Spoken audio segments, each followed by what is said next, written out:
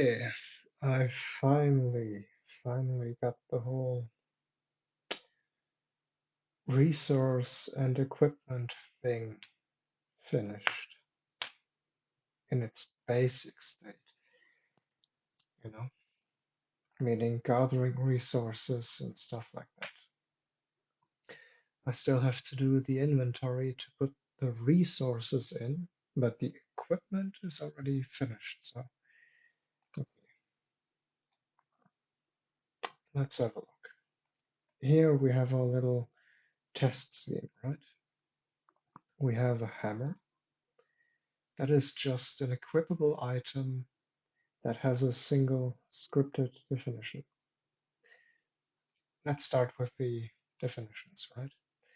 We have a few definitions here for tools, weapons, resources, potions, and nodes. Nodes are simply resource nodes that you can get things from. Okay. Then here we have the hammer that has the equipable item component on it, meaning this is a world item that can be interacted with and put into the equipment, and it has a definition of the tool hammer. Right. Then we have two nodes here, a sulfur node and a berry node, berry bush node. Each of them have the resource node component on them and have their respective um, definition. Okay. And we have the player, of course.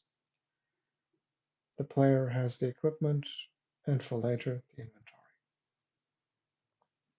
The default loadout for the player is some tools, but not a hammer. The hammer we're going to pick up for the test case. Cool. So let's have a look at the different little definitions here for stuff. The first thing we want is the resources. That's the lowest level stuff. In here, we can define name, description, UI icon. We can define the gold value and the prefab. The prefab is going to be something like the hammer for the world node. For example, if I drop uh, a stack of leaves, it's going to drop um, an instance of the world prefab, world node prefab. Like for the hammer, for example. Here we have a few more properties in that we have the interactable item, we have the equipable item, right? So interactable items have, of course, a range. The hammer has a range of 1 meter, meaning you can only hit stuff with it that is 1 meter away. A bow, which is a weapon, which also derives from the tool class, would also have a range, but much greater than 1 meter.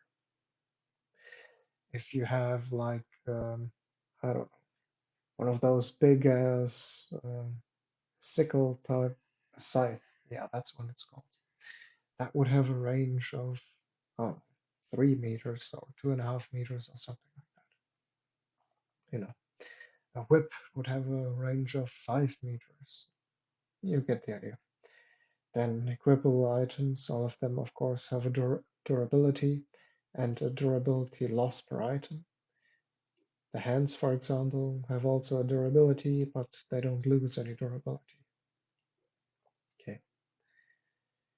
Then we have the resource nodes. Those are going to be somewhat more interesting. Let's start with sulfur. That's a simpler resource node. We have all the basics. We have the name description, UI icon, gold value is null, of course, and the prefab uh, would be self-referential. So we'll leave it out of there.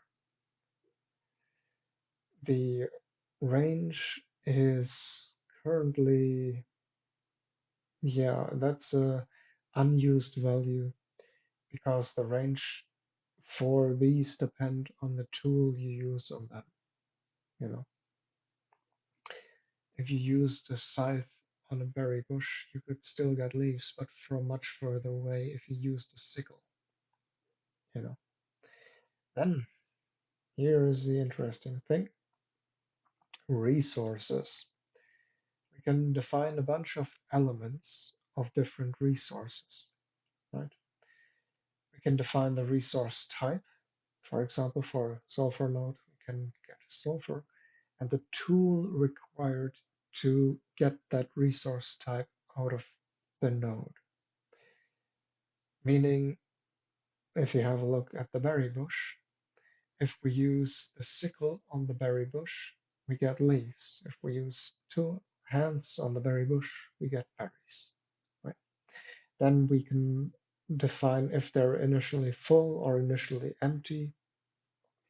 Initially full just means when the thing is brought to life in the game, it already has these resources on it. Otherwise, it will grow these resources over the respawn time. Right. All pretty easy. So let's have a look at our console down here for the things that happen. First, we start the game and our default loadout become our equipment slots, right? So we can change which thing we currently have equipped. We can see the index of the equipped slot over here.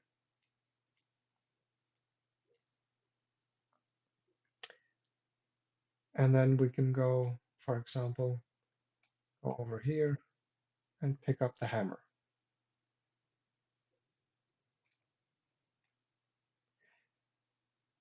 If we equip something, it will go ahead, drop the item from the slot, and interesting, that didn't work.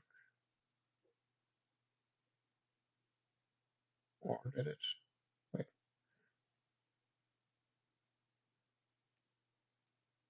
yes, it did.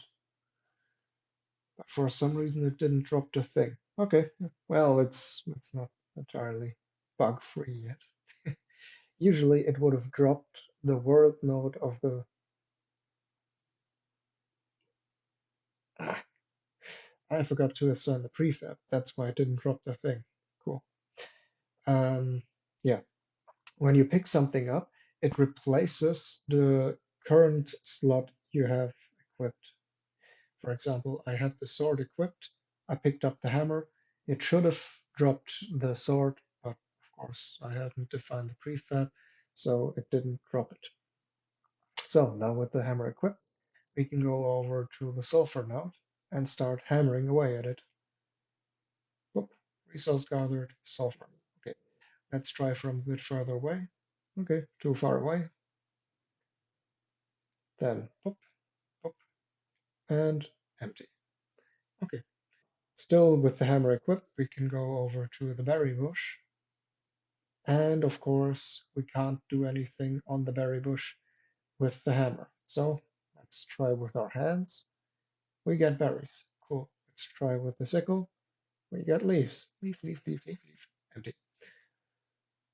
And then we just wait until the stuff respawns and does its thing.